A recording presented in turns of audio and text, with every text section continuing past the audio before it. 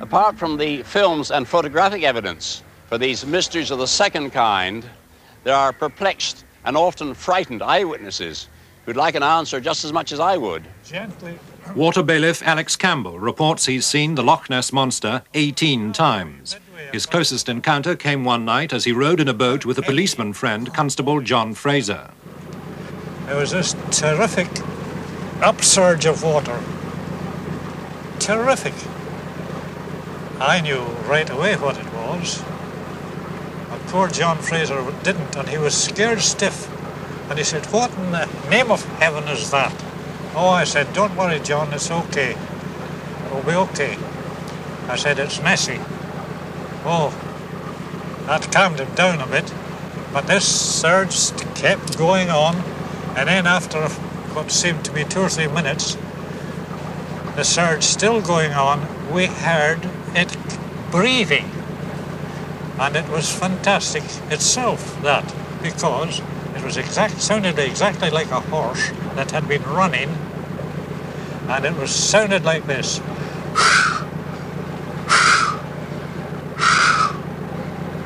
Just like that. This Belgian helicopter pilot, Colonel Remy van Leerde, was menaced by a gigantic snake. He was operating in the Congo.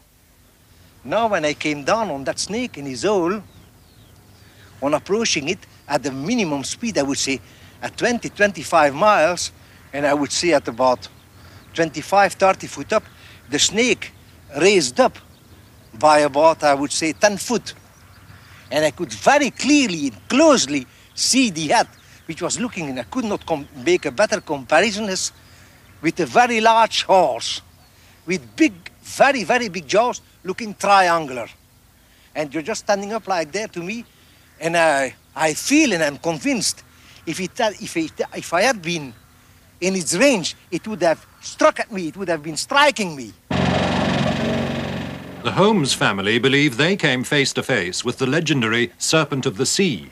And we were going along, and all of a sudden we heard a disturbance in the water and saw this mound come up out of the water. Well, you've seen these motorway tractor units with very large tyres, 5 feet in diameter, that sort of situation.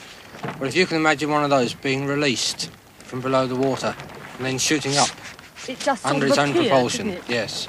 We could see that it had 2 shallow humps. They were 3 or 4 feet long. And then it had a small head. It had a thin neck and a small head, which was dipping in the water and looking around. What it was, we'll never know. Never seen anything like it in our lives. It was like some sort of prehistoric monster that you see. It's a huge size, absolutely huge, incredible. Yeah. Yes. There's something very strange in the seas. It's definitely there. Without any doubt. It's a huge thing. Well, we've started to investigate some of these mysteries, where a little work or logical deduction might help to solve them. Of course, where the evidence is lacking, they may remain mysteries of the second kind forever.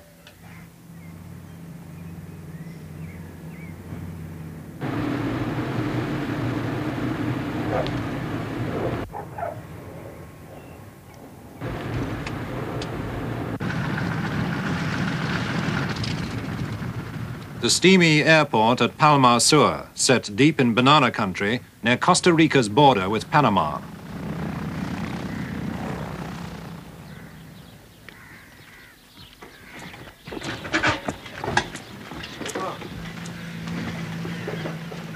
Dr. Luis Gomez is director of Costa Rica's National Museum. Bien, gracias. He's flown in to hunt for any clue which might explain one of the world's most intractable mysteries, the giant stone balls of Costa Rica.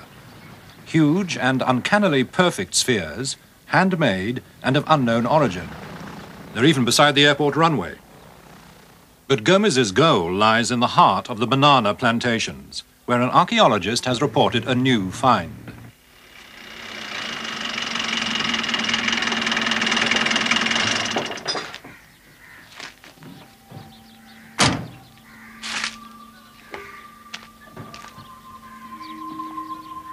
For 50 years, since the giant stone balls were first brought to their attention, archaeologists have travelled here hopefully, but none has arrived at any explanation of their purpose or their date. In charge of this dig is Mike Snaskis. Hello, Mike. Louise. How are you? It's about time you're here. This is hard work. I imagine so in this heat. No, listen, this is something we found, not only this one, which looks to be about the size of the one that's in the Palmar Airport, but also over here about 100 yards, another large one. Right here behind you, still another. I think it's been broken, but looks large as well.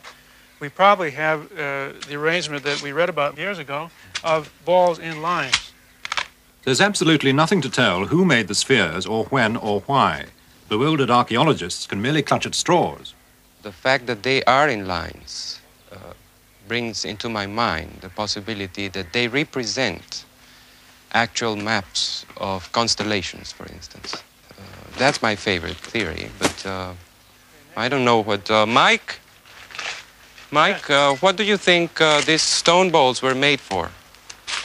Well, Luis, it's a difficult question. Now, I, as an archaeologist, should know better than anyone what these balls represent, and in fact, I know almost nothing.